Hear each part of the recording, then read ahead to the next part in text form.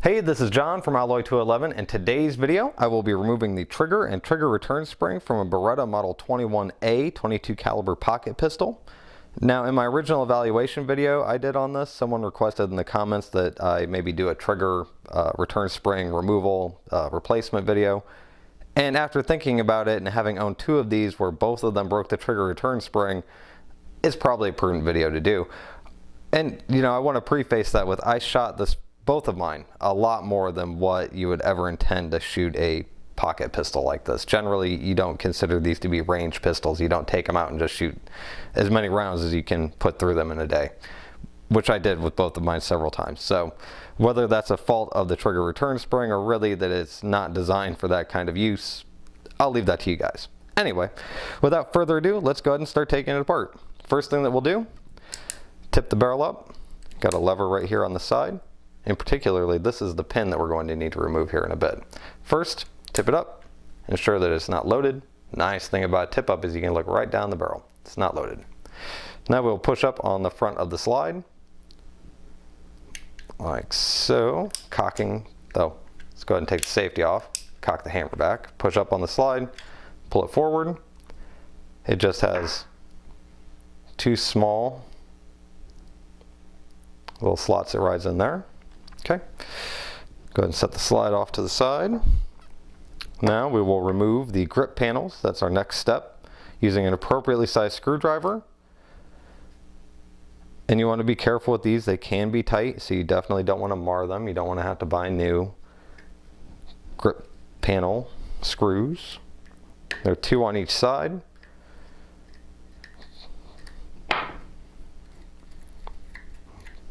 Set those off to the side. Go ahead and flip it over. Do the same thing on the other side. You know, and this is really a pretty simple repair to make if you have to make it. And not just that, it also, if you wanted to do this to upgrade the trigger to a wide trigger opposed to the narrow trigger that comes on it, this is how you would do that, which I have already done. So when I changed the trigger return spring the last time, I thought, you know what, I'm going to go ahead and put a wide spring or wide trigger in it. Now, while we've got this up here, let's go ahead and take a look at what we have going on up at the top of the trigger. This is your trigger bar. It interacts with a hole in the top of the trigger right there. That's the original trigger that was in this. It's that top hole there that interacts with. And then this pin here interacts with the bottom hole there. And the spring goes around the pin, acts against the front of that bar, and that's what pushes it back and forth. The front of the spring is just there up against the receiver. So now we'll go ahead and pull the trigger bar off. And this is where you want the hammer back because it goes back together like this, and we're going to have to also pull the safety off. So, which you don't necessarily have to do that, but when you start pounding this pin out, it's going to come off. And it's much better to take it off than to have it come off. And I'll show you why. Anyway, first things first, go ahead and just pull that spring out that's in the bottom of the trigger bar. There we go. Now that's out. Let's go ahead and take our screwdriver and gently push. There we go. And it'll pop out of the back right there. You have a projection right there that goes inside and acts on the hammer. Anyway, we're going to just gently pull that out. There we go. Now there's that pin. Get it over here to where we can see it, or kind of see it. There we go. Now you can see there's the trigger, and there's where that slides in there. Just like that. That's how it works inside the gun. So go ahead and set that off to the side. Now, and this is one of the kind of more frustrating portions of this, we have to take out the recoil springs. Now you want to do this again because if you don't and you start pounding on this, they will probably come out, and it's much better to take them out in a controlled manner than in an uncontrolled manner. Now you could maybe clamp these into place or something if you really didn't want to take them out, but we're just going to take them out. So it's also kind of a worst case scenario. Let's say they came out, so you have to put them back in. So first thing you do is you just tip it up. Whoa, there you go. Which takes pressure off of it because the front of the strut acts against this cutout in the frame. So then we'll gently kind of rock it up off of that stud in the frame, making sure to keep this spring from shooting out across the room. Not just because the spring would be hard to find, but it's got this little stirrup right here that the strut sits in, right here. And that is not attached to the spring, so if it goes shooting out, that goes shooting off as well. So set this off to the side. Don't lose that. I'll go ahead and take this arm, set it with the spring, and then there's a little sheet metal cover here that slides into the frame for the spring. We're going to go ahead and pull that out as well. Now, going to the other side, we're going to do the same thing. Lift up on the stirrup. This is kind of hard to do on camera. Just kind of keep your finger here so that it can't just go shooting out. Lift up, and then as you remove it, keep the other finger kind of here. And that's just kind of, there you go. Set that off to the side over here. And then do the same thing, keeping pressure on the spring till it doesn't have tension, and keeping that stirrup right on the end of it to act on the strut. Anyway, and then this sheet metal cover also comes out. Now we're going to pull the safety out, and the reason why we want to pull the safety out, so you can actually see it right there a little. See if we can kind of adjust the light over. There we go. If you look, you can see a small little round detent right there in the front of the safety. Now if we start pounding on this, that detent is going to pop out, and it is a pain to find if you lose it, and it is also a pain to get back in place. So to avoid that, we're just going to take it out. So, and it just slides out, but if I can find my punch, I'm going to go ahead and take my punch and push in on the detent, and then push over, in and over, and then just gently release the detent, but not allowing it to come all the way out. Now that's easier said than done, but like I said, that's a much easier thing to do than to have it come out when you're pounding on it. As you can see, there's that little tiny detent there. And as you can probably imagine, it's not a lot of fun to get back into place. I had that break on this as well, not this one, this is a new one, but it broke and I had to replace that. That was fun. Anyways, that just goes right there. So we'll set that off to the side, like so. Okay, now we're to the really, really fun part, which is where we pound the pin out of the frame. Oh wait, no, we're not quite to the fun part yet. Okay, now you're going to want to pound the pin from the right side of the receiver out of the left. Right there. Because it's flush on this side, it protrudes on this side, so you want to pound it out that way. So there we go, we're just going to set this in our block. I think the last time I did this is easier to do on this side maybe. Again, using our fancy Amazon punch set. Just gently pound it out. It should just come right out. And you don't have to pound the pin all the way out of the frame. You just have to pound it out enough to be able to remove the trigger. So that's what I usually do. Well, I say usually because really you shouldn't have to usually do this, but I've done it a few times now. Okay. Now that's all you need to pound it out. That's the furthest you need to pound it out of the frame to remove the trigger and the trigger spring. So just go ahead and slide the trigger forward, comes right out, and then there's your spring. Now when you put this back in, you want to make sure you have the loop in the back and the arm in the front, because that is how it goes. Now let's take a little bit of a look at the triggers to compare the wide to the narrow. Now you can see here this narrow trigger is significantly narrower than the wide trigger. Now One thing that you do run into when you go to put this back together, the wide trigger is a little bit harder to get up into the trigger guard, but it's definitely worth it. It's probably the single biggest improvement you could make to this firearm is putting this wider trigger on it, and it really is significantly better. So if you have to change the trigger return spring, I would advise go ahead and get the wide trigger. And if you just would prefer maybe a wide trigger, just go ahead and get that. They're available online, so they're not hard to find and they're not very expensive. It's definitely worth doing. Well, I don't know. Wait till you see putting it back together. Maybe you'll change your mind then. So let's go ahead and put it back together. First things first, take the frame, take your trigger, slide it up. This is going to be a lot. Oh, look at that. Look, I did like it's no problem.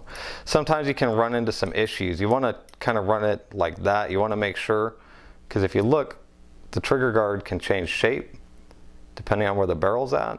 So right there is about the best place to have the barrel in order to get the trigger to just slide right up in there.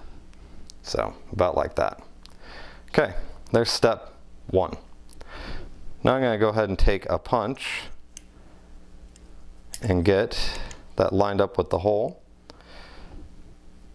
And I'm going to just tap this in here like that until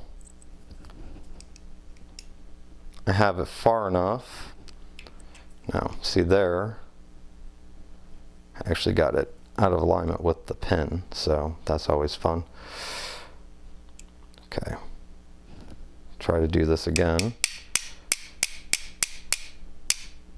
Okay,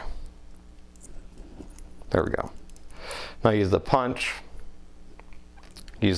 to keep it in line, the trigger in line with the pin while I just tapped it in place, because you don't want to tap it in far enough that you can't get the spring in, but you want to tap it in far enough that the trigger will be held in place like it is now. See? So there we go. Step one. Okay, now we take our zoom in here a bit, make it a little easier on myself. I'm going to take the trigger return spring. We're going to drop it down in here. Now this is going to be a pain.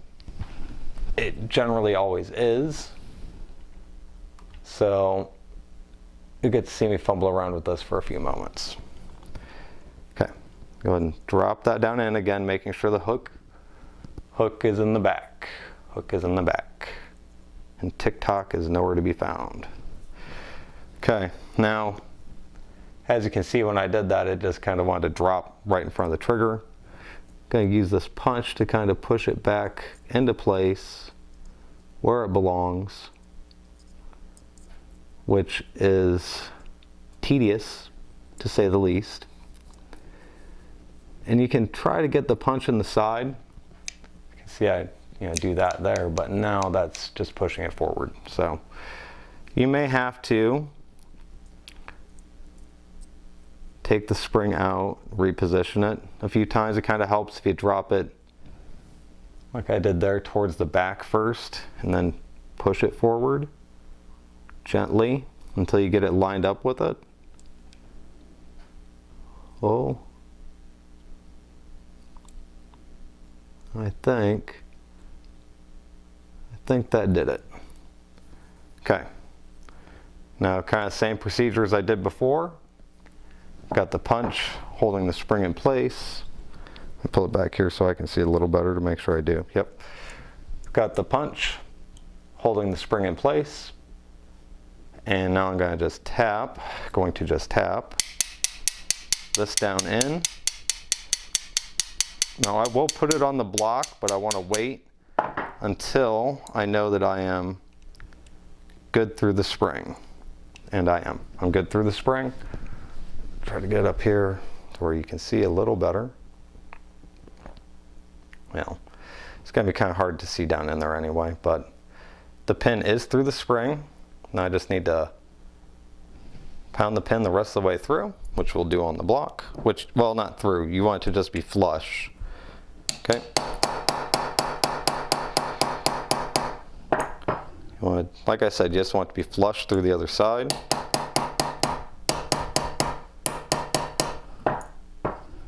Almost there.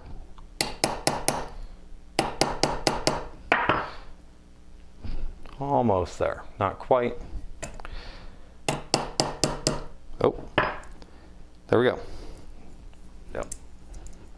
There we go. And that's good. Now our trigger's in place, our spring's in place. Good. And remember, this pin does act as your forward stop for that lever. So, okay. Move that out of the way. No more pounding on things, hopefully.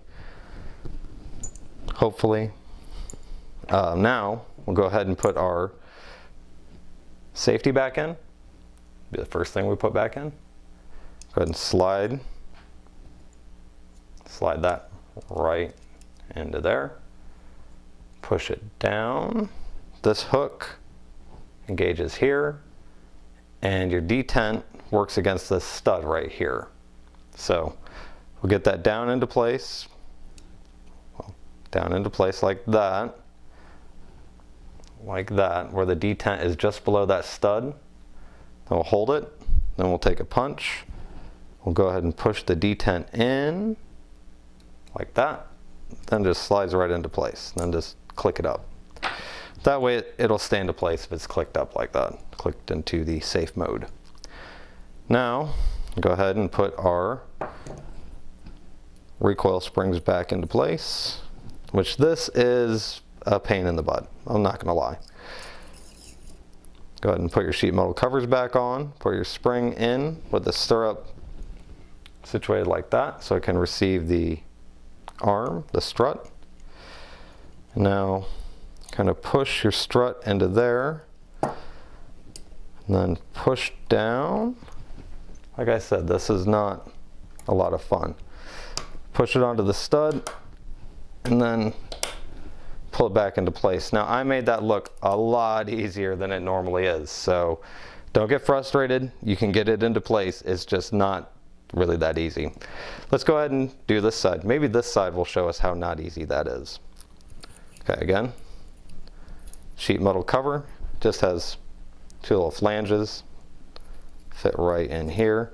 It's amazing the tiny little machining this thing has on it. Of course, I don't know, maybe it's just me. I think things like this are really cool when they have such small little machining operations and such involved in little pieces. It's like everything's miniature. Okay, same basic, pardon me, same procedure as the last time. Gotta go ahead and get this in, pardon me, in the stirrup. Push it down push it down, hopefully so you can kind of see what I'm doing here, because on the other side it's kind of hard. I'm going to push it down and try to hook that over the stud in the frame. See, this one is giving me some consternation. There we go. And what you want to kind of do is as you push down, use this finger to just push it onto the stud. There we go. Now that's in place. Look, we are almost done. Next part is the trigger bar. Now, we're going to start by putting this into the back. I'm actually gonna, and sometimes the spring will stay down here, sometimes it won't. I'm gonna push the spring down so it's caught by this little ledge, which is not gonna stay down here this time because, well, it wants to be difficult. Sometimes that'll stay down there, it's not staying down there this time, so we'll just go ahead and put the trigger bar in. We're gonna slide it in the back first, like so. You actually want to kind of keep that front pin out, if you can, which of course it doesn't want to. Let me turn this around to myself. I'm gonna go ahead and pull this spring down. There we go. There's a little slot in the bottom of the trigger bar that acts on. Now I'm going to try to get into focus. As I'm holding this in the back, after I've gotten this spring into place, there's just a slot that works in the bottom of the trigger bar. I'm going to move the trigger forward since the hammer is cocked and just get the trigger bar just inside of the edge of the trigger. Now it's going to be kind of difficult to hold it there, but you need to hold it there. Now if you had a little hook, you could get this spring and hook it forward like that. But since we don't have a little hook, I'm going to use my very small flat-headed screwdriver. Try to adjust this light so you guys can see it a little better.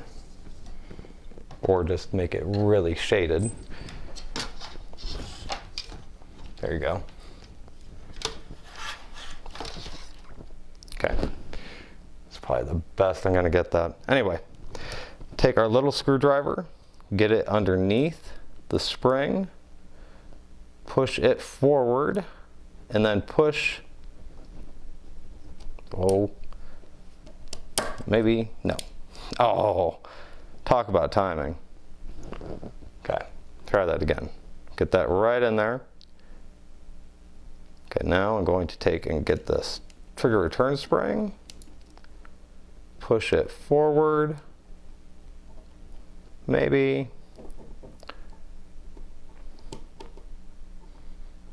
This is way easier to do when I'm not doing it on camera. But it's not, I mean, it's not the easiest thing to do, but anyway.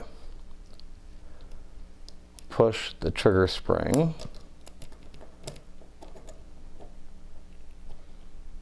forward, maybe. Okay. And then let it come back because you couldn't get it pushed through in time. You have to forgive the tediousness of this, but it's a good example of how tedious this can be. Okay. And there's a problem where you don't want it to be pushed through too much because then you'll hit it trying to push it forward. Okay, there we go. And it's through. Yay. Now, you want to make sure you get it into the other side of the trigger. I'm having a little bit of an alignment problem here. There we go. Let the, whoop. Let's move our light back. Now we've gotten that into place. It's just a matter of getting it clicked through into the trigger, which is not, there we go. Now it's flush, it's good. It's through both sides of the trigger. I'm not going to pull the trigger because, well, this isn't really held in place by anything right now. But that's all back together, essentially, until we put the grips on. So let's go ahead and put the grips back on. I'm going to start with the right-hand side grip. Grip screws are interchangeable, so don't have to worry about which side goes in which. Go ahead and screw this back in, making sure not to over tighten it. Again, making sure not to over tighten it. And remember, with your grips, the front does have that little portion that slides in there. Slide that in there. And screws.